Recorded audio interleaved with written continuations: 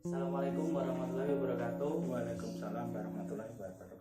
Kami dari mahasiswa Universitas Kediri, saya Malik. Dan saya Pak Yudhoyono dari mahasiswa Universitas Kediri juga. Kami berdua akan membahas tugas UAS yang diberikan oleh Bapak Dai Mulabror selaku dosen mata kuliah implementasi kebijakan publik. Baik, kami berdua akan membahas mengenai UMKM di Kelurahan Longgo, Kota Kediri.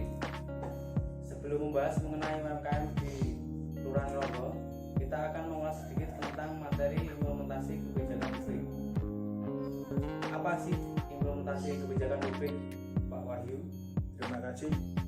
Implementasi kebijakan publik adalah tindakan-tindakan yang dilaksanakan oleh individu-individu atau pejabat-pejabat terhadap suatu objek atau sasaran yang diarahkan untuk mencapai tujuan yang telah ditetapkan sebelumnya melalui adanya organisasi, interpretasi, dan penerapan. Lalu apa tujuan dari implementasi kebijakan publik tersebut? Tujuannya kebijakan publik tak lain yakni untuk mengatur kehidupan penduduk yang berada di suatu wilayah tertentu agar tercipta ketertiban, kenyamanan, dan keamanan bersama. Kebijakan publik sendiri merupakan suatu komponen yang dihasilkan oleh suatu pemerintah di sebuah negara. Oh iya, penting kita ketahui juga bahwa implementasi kebijakan publik merupakan tahapan yang sangat penting dalam proses kebijakan. Artinya, implementasi kebijakan menentukan keberhasilan suatu proses kebijakan di mana tujuan serta dampak kebijakan dapat dihasilkan. Baik, kita langsung masuk ke pembahasan kita mengenai UMKM di Kota Kediri. Mungkin sedikit banyaknya warga Kota Kediri ini sudah mengetahui dengan adanya UMKM. Apa sih UMKM itu? Pengertian UMKM, usaha mikro, kecil, dan menengah, adalah usaha produktif yang dimiliki perorangan maupun badan usaha yang telah memenuhi kriteria sebagai usaha mikro. Apa saja UMKM yang ada di Kelurahan Longgo? Misalnya warung kopi, toko kelontong, laundry, jasa cuci motor dan mobil, les privat, salon kecantikan, apotek, catering rumahan, dan lain-lain. Kemarin tanggal 7 Oktober 2021, Pemkab Kota Kediri juga memberikan sosialisasi dan pelayanan perizinan berusaha UMKM Longgo.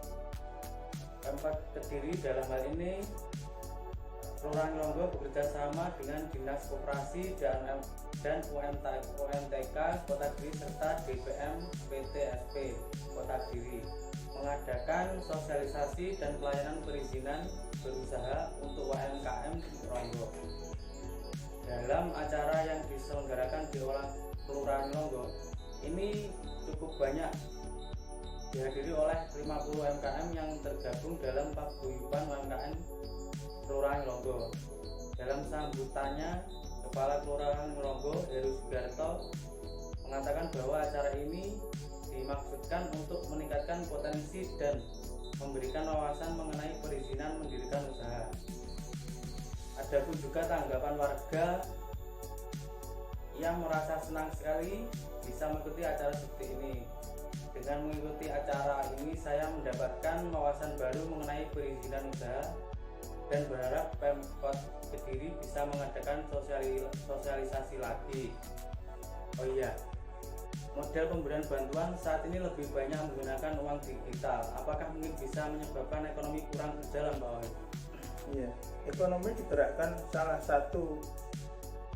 satunya dengan konsumsi masyarakat. Yang dibutuhkan saat ini adalah ekonomi tetap berjalan. Jika bantuan diberikan secara tunai, maka masyarakat akan membeli dari penyediaan di lingkungan sekitar. BLT dulu dikecam, kemudian sekarang dibuat dengan sistem prakerja. Melihat kebijakan saat ini dukungan pemerintah yang real sebaiknya lebih memperhatikan bagaimana UKM dapat tetap berjalan, seperti misalnya keringanan pembayaran angsuran. Krisis ini bermula dari kesehatan, sehingga protokol kesehatan harus benar-benar tegak dalam aktivitas ekonomi. Oke, adakah dampak positif dari pelaku UMKM di masa pandemi ini? Sampai dengan tahun 2022 diperkirakan tetap akan dibutuhkan physical distancing. Isu kesehatan menjadi prioritas utama. Saat ini orang butuh penggunaan masker. Perusahaan besar akhirnya masuk ke peluang bisnis membuat masker. Pemerintah seharusnya bisa mengatur tidak hanya pembagian bantuan, tapi juga clustering bisnis. Contohnya, perusahaan besar tidak boleh masuk ke bisnis yang bisa dilakukan oleh UKM. Lalu bagaimana strategi untuk bertahan bagi UMKM agar bertahan dalam situasi ini? Peluang bisnis masih akan berketat pada sektor kebutuhan dasar manusia. Perlu kejalinan untuk melihat potensi bisnis yang bisa berkembang dan bagaimana membangun kerjasama bisnis dengan pihak lain, misalnya bermitra dengan perusahaan besar yang perlu bantuan perusahaan kecil, bagaimana partner bisnis, strategi apa yang